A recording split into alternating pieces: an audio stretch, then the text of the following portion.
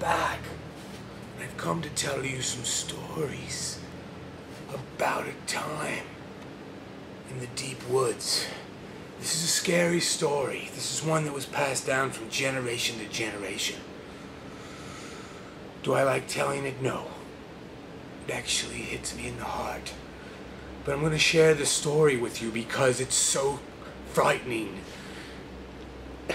and terrifying that it brings me to places I don't like to be. It started off in the foothills. The foothills of the deep woods. And I wasn't by myself, no. But I was with people that I care about. And what happened? This man, his name was Carl. And a woman named Joan. Dear friends. Dear friends. And they had family back home. And when we were taking our trip, it was just a normal trip at first. We had a camper. We were going up through the foothills. And we got there way past rush hour.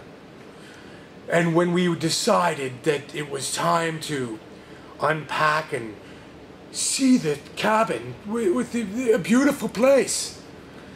It was made of cedar. And we went in and packed and everything seemed normal. Carl, Joan, Sanford, he was there. And when we were unpacking, again, Joan went her way, Carl went her way. Sanford and myself decided to explore. When we went out back to the crickety old door. Did you hear that? I heard something. I don't like it. If something comes behind me, please tell me. Anyway, as we went through the crickety old door, the screen door with a small rip, it slammed itself shut quite violently. That itself. All the clocks in the house set at 2 p.m., although it was 9. Candles were lit that shouldn't have been lit. Water running in one bathroom, not in another. Puddles on the floor. Refrigerator open, yet it was still cold. I was tired, but I wasn't that tired. 2 cups of Joe on the way up. Did that stop anything from slowing me down? No, but I'll tell you what did. It was Carl's comments. Where are we, he said. I don't know. I don't know. I know the address because I had my Garmin, but I didn't know where we were exactly in the big scope of the foothills. What I did, though, was kept everybody calm through my demeanor. Pair of overalls and sports shoes. That's all I had on. Sanford, with me, right at my side, says, do you know where the electric box is? I said, for what reason? We have candles. Sanford, being the large man that he is, says to me, I got your back. Great. Everything's fine, right? Joan, setting out the dishes for tomorrow's breakfast, notices that there's baking soda spilled in the refrigerator. She says to me, let's get back to the story. Anyway, Sanford and myself are walking in the back. We see the swing set with the swing moving. Not that that's unusual on a windy night, but it was to me. It was. We decided to explore further, and there was a shed, a crickety old shed. That shed obviously had character because of its age and the moldy woods that it sat in for years. Must have been years. The noise came back, though. There was a pounding noise, and it was coming up the driveway. I didn't ask questions, but I did notice the numbers on the mailbox out front. 47. That's how old I was. 3 years before. I said to myself,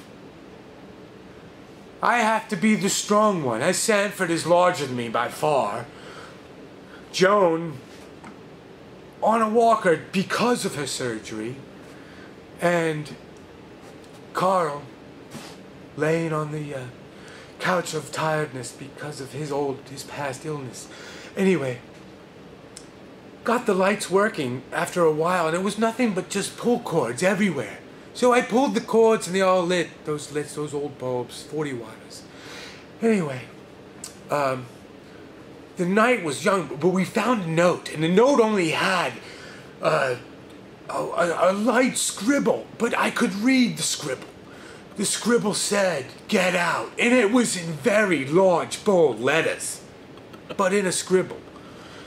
And I showed it to Joan only for the sake that it was the night before Halloween, and I thought it would be kind of, you know, a mood builder. But the note, as I turned it over, said more. It told me to go back to the shed and don't go in the basement. In order. But that curiosity got to me. Not Sanford. Not Sanford at all. So, as time went on and we moved our way to the basement, which is, I could tell, the only door that was closed in the entire house, and it's only 600 square foot cylinder box square house. I opened the door, but to my dismay, it didn't open. It didn't open at all. What it did was showed me that it was locked. As I jiggled and wiggled and pulled, my curiosity was getting to me, and it was really getting to me. As Joan didn't move from the kitchen, Carl asked me what I was up to. I didn't want to lead them on that I was a tiny bit scared.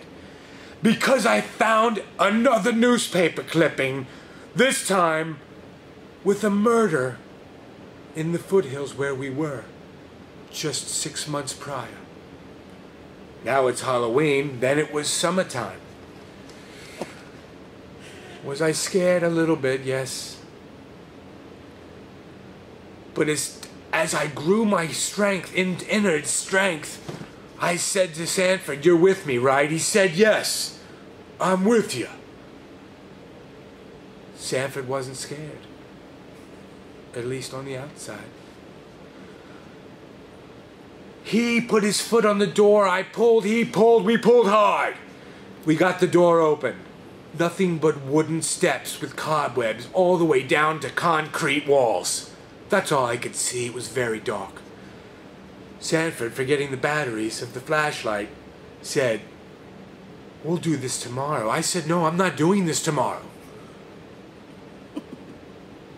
We went our way down those stairs. One step at a time. I said to myself, what am I putting myself through? I'm here for vacation, and here I am in the darkness of this house, dimly lit by 40-watt bulbs God sent you.